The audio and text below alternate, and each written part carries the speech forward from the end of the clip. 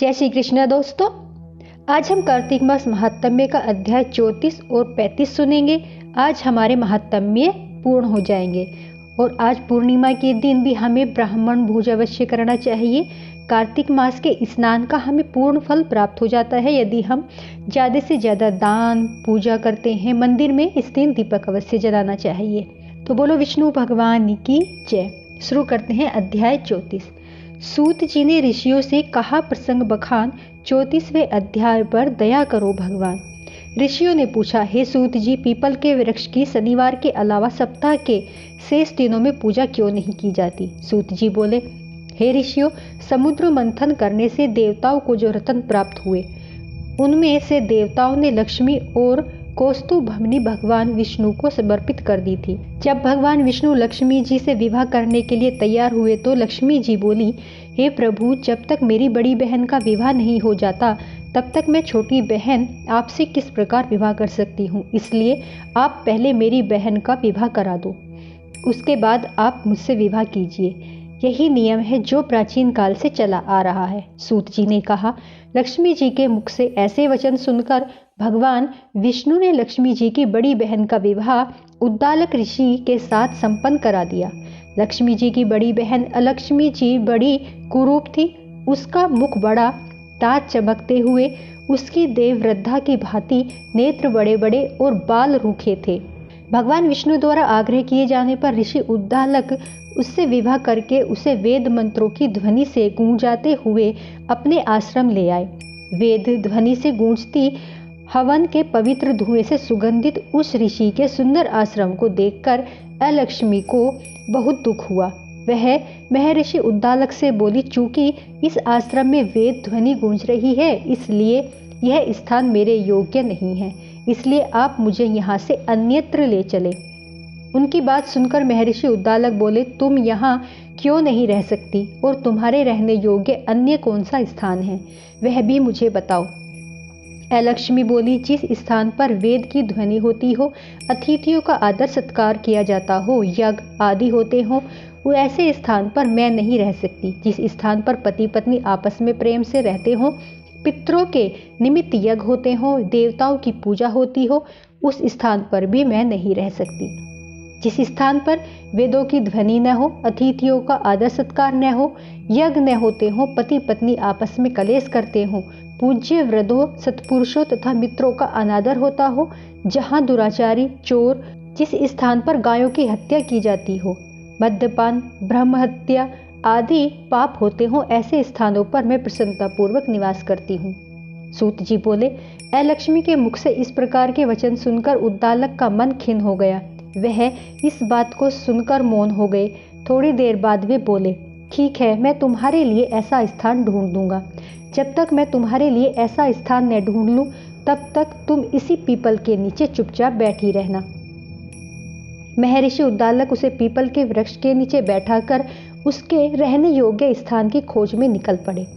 परंतु जब बहुत समय तक प्रतीक्षा करने पर भी वे वापस नहीं लौटे तो अलक्ष्मी विलाप करने लगी। जब वैकुंठ में बैठी लक्ष्मी जी ने अपनी बहन अलक्ष्मी का विलाप सुना तो वे व्याकुल हो गई। वे दुखी होकर भगवान विष्णु से बोली, हे प्रभु, मेरी बड़ी बहन पति द्वारा त्यागे जाने पर अत्यंत दुखी है। यदि मैं आपकी प्रिय पत्नी हूँ तो आप उसे आश्वासन देने के लिए उसके पास चलिए। लक्ष्मी जी की प्रार्थना पर भगवान विष्णु लक्ष्मी जी सहित उस पीपल के वृक्ष के पास गए जहाँ अलक्ष्मी बैठकर विलाप कर रही थी। उसको आश्वासन देते हुए भगवान विष्णु बोले, हे अलक्ष्मी, तुम इसी पीपल के वृक्ष की जड़ में सदैव के लिए निवास करो, क्योंकि उसकी उत्पत्ति मेरे ही अंश से हुई है और इसमें सदैव मेरा ही निवास रहता है। प्रत्येक वर्ष गृहस्थ लोग तुम्हारी पूजा करेंगे और उन्हीं के घर में तुम्हारी छोटी बहन का वास होगा। स्त्रियों को तुम्हारी पूजा विभिन्न उपहारों से करनी चाहिए। मनुष्यों को पुष्प, धूप, दीप, गंध आदि से तुम्हारी पूजा करनी चाहिए, तभी तुम्हारी छोटी बहन लक्ष्मी उन पर प्रसन्न होगी। सूत जी बोले, ऋषियों, मैंने आपको भगवान श्री कृष्ण, सत्यभामा और पृथु नारद का संवाद सुना दिया, जिसे सुनने से सभी मनुष्य के समस्त पापों का नाश हो जाता है और अंत में वैकुंठ को प्राप्त करता है। यदि अब भी आप लोग कुछ पूछना चाहते हैं तो अवश्य पूछिए, मैं उसे अवश्य कहूँगा। सूत जी के वचन सुनकर शौनक आदि ऋषि थोड़ी देर तक प्रसन्नचित्त वहीं बैठे रहे। तत्पश्चात वे लोग बद्री नारायण जी के दर्शन हेतु चल दिए। जो मनुष्य इस कथा को सुनता या सुनाता है उसे इस संसार में समस्त सुख प्राप्त होते हैं। तो बोलो जय श्री कृष्ण। तो दोस्तों आज हमारा 34वां अध्याय समाप्त होता है। अब हम 35वां अध्याय सुनेंगे। बोलो विष्णु भगवान की जय। अनुपम कथा कार्तिक होती है संपन्न, इसको पढ़ने से श्री हरि होते हैं प्रसन्न। इतनी कथा सुनकर सभी ऋषि सूत जी से बोले, हे सूत जी आप हमें तुलसी विवाह की विधि बताइए। सूत जी बोले, कार्तिक शुक्ला नवमी को द्वापर युग का आरंभ हुआ है, अतः यह तिथि दान और उपवास के क्रम से पूर्वाव्यापिनी तथा पराव्यापिनी हो तो ग्रह है। इसी तिथि को नवमी से एकादशी तक मनुष्य शास्त्रोक्त विधि से तुलसी के विवाह का उत्सव करे तो उसे कन्यादान का फल प्राप्त होता है। पूर्व काल में कनक की पुत्री किशोरी ने एकादशी तिथि में संध्या के समय तुलसी की वैवाहिक विधि संपन्न की। इससे वह किशोरी वैधव्य दोष से मुक्त हो गई। अब मैं इसकी विधि बतलाता हूँ। 1 तोला स्वर्ण की भगवान विष्णु की सुंदर प्रतिमा तैयार कराए अथवा अपनी शक्ति के अनुसार आधे या चौथाई तोले की ही प्रतिमा बनवा ले। फिर तुलसी और भगवान विष्णु की प्रतिमा के प्राण प्रतिष्ठा करके षोडशोपचार से पूजा करे। पहले देश काल का स्मरण करके गणेश पूजन करे, फिर पुण्य हवन वाचन कराकर नांदी श्राद्ध करे। तत्पश्चात वेद मंत्रों के पश्चात उच्चारण कर बाजे आदि की ध्वनि के साथ भगवान विष्णु की प्रतिमा को तुलसी जी के निकट लाकर रखे। प्रतिमा को वस्त्रों से आच्छादित करना चाहिए। उस समय भगवान का आह्वान करना चाहिए, भगवान केशव आइए देव, मैं आपकी पूजा करूंगा, आपकी सेवा में तुलसी को समर्पित करूंगा, आप मेरे संपूर्ण मनोरथों को पूर्ण करें। इस प्रकार आह्वान के पश्चात 3 बार अर्घ्य पाद्य और विष्टर का उच्चारण करके इन्हीं बारी बारी से भगवान को समर्पित करें। फिर आचमनीय पद का 3 बार उच्चारण करके भगवान को आचमन कराए। इसके बाद कांस्य के बर्तन में दही घी मधु रख करके उसे कांस्य के पात्र से ही ढक दे तथा भगवान को अर्पण करते हुए इस प्रकार कहे, वासुदेव आपको नमस्कार है, यह मधुपर्क ग्रहण कीजिए। तदंतर हरिद्रालेपन और अभ्यंग कार्य संपन्न करके गोधूली में बेला में तुलसी और विष्णु का पूजन पृथक पृथक करना चाहिए। दोनों को एक दूसरे के सम्मुख रखकर मंगल पाठ करें। जब भगवान सूर्य कुछ कुछ दिखाई देते हो तब कन्यादान का संकल्प करें। अपने गोत्र और परवर का उच्चारण करके आदि की 3 पीढ़ियों का ही आमंत्रण करें। तत्पश्चात भगवान से इस प्रकार कहे, आदि मध्य और अंत से रहित त्रिभुवन प्रतिपालक परमेश्वर, इस तुलसी दल को आप विवाह की विधि से ग्रहण करें। यह पार्वती के बीच से प्रकट हुई है, वृंदा की भस्म की में स्थित रही है तथा आदि मध्य और अंत से शून्य है। आपको तुलसी बहुत ही प्रिय है, अतः इसे मैं आपकी सेवा में अर्पित करता हूँ। मैंने जल के घड़ों से सींचकर और अन्य प्रकार की सेवाएं करके अपनी पुत्री की भांति इसे पाला है, पोसा है, बढ़ाया है। आपकी प्रिय तुलसी मैं आपको दे रहा हूँ, प्रभु आप इसे ग्रहण करें। इस प्रकार तुलसी का दान करके फिर उन दोनों अर्थात तुलसी और भगवान विष्णु की पूजा करें। विवाह का उत्सव मनाएं। सुबह होने पर पुनः तुलसी और विष्णु जी का पूजन करें। अग्नि की स्थापना करके उसमें द्वादशाक्षर मंत्र से खीर घी मधु और तिल मिश्रित हवनीय द्रव्य की 108 आहुति दे। फिर विष्टिकृत होमक करके पूर्णा आहुति दे। आचार्य की पूजा करके होम की शेष विधि पूरी करे। इसके बाद भगवान से इस प्रकार प्रार्थना करे, हे प्रभु आपकी प्रसन्नता के लिए मैंने यह कृत किया है।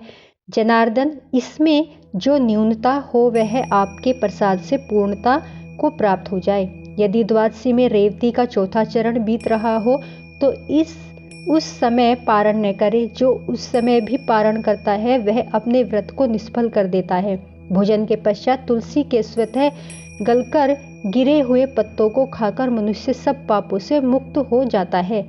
भोजन के अंत में ऊख आंवला बेर का फल खा लेने से अच्छदित दोष मिट जाता है। तदंतर भगवान का विसर्जन करते हुए कहें, भगवान आप तुलसी के साथ वैकुंठ धाम में पधारे। प्रभु मेरे द्वारा की गई पूजा ग्रहण करके आप सदैव संतुष्टि रहें।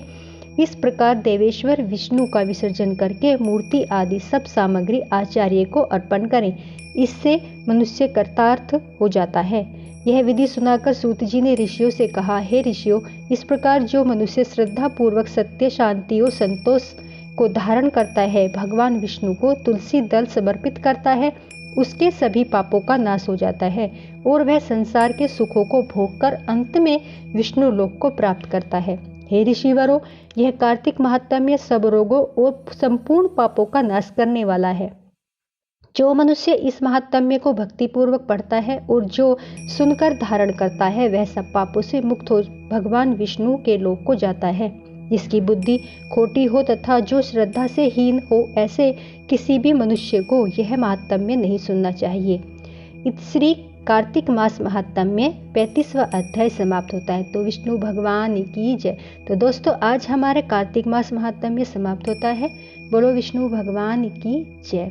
एक लपसी था, एक तपसी था। तपसी हमेशा भगवान की तपस्या में लीन रहता था और लपसी रोजाना 1.25 शेर की लापसी बनाकर भगवान को भोग लगाकर जीम लेता था। एक दिन दोनों लड़ने लगे। तपसी बोला, मैं रोज भगवान की तपस्या करता हूँ इसलिए मैं बड़ा हूँ। लपसी बोला, मैं रोज भगवान को 1.25 शेर लापसी का भोग लगाता हूँ इसलिए मैं बड़ा हूँ। नारद जी वहां से गुजर रहे थे। दोनों को लड़ता देखकर उनसे पूछा कि तुम क्यों लड़ रहे हो। तपसी ने खुद को बड़ा होने का कारण बताया और लपसी ने अपना कारण बताया। नारद जी बोले, तुम्हारा फैसला मैं कल कर दूंगा। दूसरे दिन लपसी और तपसी नहाकर अपनी रोज की भक्ति करने आए तो नारद जी ने छुपकर 1.25 करोड़ की एक एक अंगूठी दोनों के आगे रख दी। तपसी की नजर अंगूठी पर पड़ी तो उसने चुपचाप अंगूठी उठाकर अपने नीचे दबा ली। लपसी की नजर अंगूठी पर पड़ी लेकिन उसने ध्यान नहीं दिया। भगवान को भोग लगाकर लापसी खाने लगा। नारद जी सामने आए तो दोनों ने पूछा कि कौन बड़ा है। तो नारद जी ने तपसी से खड़ा होने को कहा। वो खड़ा हुआ तो उसके नीचे दबी अंगूठी दिखाई पड़ी। नारद जी ने तपसी से कहा, तपस्या करने के बाद भी तुम्हारी चोरी करने की आदत नहीं गई, इसलिए लपसी बड़ा है और तुम्हारी तपस्या का कोई भी फल नहीं मिलेगा तुम्हें। तपसी शर्मिंदा होकर माफी मांगने लगा। उसने नारद जी से पूछा, मुझे मेरी तपस्या का फल कैसे मिलेगा। नारद जी ने कहा, यदि कोई गाय और कुत्ते की रोटी नहीं बनाएगा तो फल तुझे मिलेगा। यदि कोई ब्राह्मण को भोजन करवाकर दक्षिणा नहीं देगा तो फल तुझे मिलेगा। यदि कोई साड़ी के साथ ब्लाउज नहीं देगा तो फल तुझे मिलेगा। यदि कोई दिया से दिया जलाएगा तो फल तुझे मिलेगा। यदि कोई सारी कहानी सुन ले लेकिन तुम्हारी कहानी नहीं सुनेगा तो फल तुझे मिलेगा। उसी दिन से हर व्रत कथा कहानी के बाद लपसी तपसी की कहानी भी सुनी जाती है। हे भगवान, जैसे आपने लापसी को बड़ा किया वैसे ही सबको करना। कहानी कहते सुनते हुंकारा भरते सब पर अपनी कृपा करता। बोलो विष्णु भगवान की जय। तो दोस्तों, मेरी वीडियो आपको अच्छी लगे तो प्लीज़ लाइक, सब्सक्राइब, शेयर जरूर करें। विष्णु भगवान की जय।